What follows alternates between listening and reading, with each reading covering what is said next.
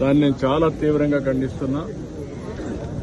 ఒక నాగరిక ప్రపంచం ఎప్పుడు కూడా ఇలాంటివి సమర్థించకూడదు, ఆమోదించడానికి కూడా వీలు లేదు. ఎవరైనా సరే ఆడబిడ్డల జోలికొస్తే అదే చివరి రోజు కావాల్సిన అవసరం ఉంది. అంత కఠినంగా యాక్ట్ చేస్తే తప్ప ఈ రాక్షసులు ఇష్టానుసారంగా బిహేవ్ చేసే పరిస్థితికి వస్తున్నారు. అందుకే ఈరోజు మన డాక్టర్లు అడుగుతున్నారు. అందులో కూడా డాక్టర్స్ అనేది ఒక పవిత్రమైన వృత్తి. జీవితంలో చాలా సంవత్సరాలు చదువుకుని పర్సనల్ లైఫ్ కానీ కనీసం ఫ్యామిలీ లైఫ్ లేకుండా ప్రజాసేవ కోసం ముందుకు పోతూ ఉంటారు. అలాంటి ఆడబిడ్డలకు సెక్యూరిటీ లేకుండా పోవడం చాలా దారుణం. అందుకే తప్పకుండా ఒక ప్రత్యేక చట్టాన్ని తీసుకొస్తాం. చట్టాన్ని తీసుకొచ్చి ఏదైతే కర్ణాటక వీళ్ళు చేశారో అలాంటి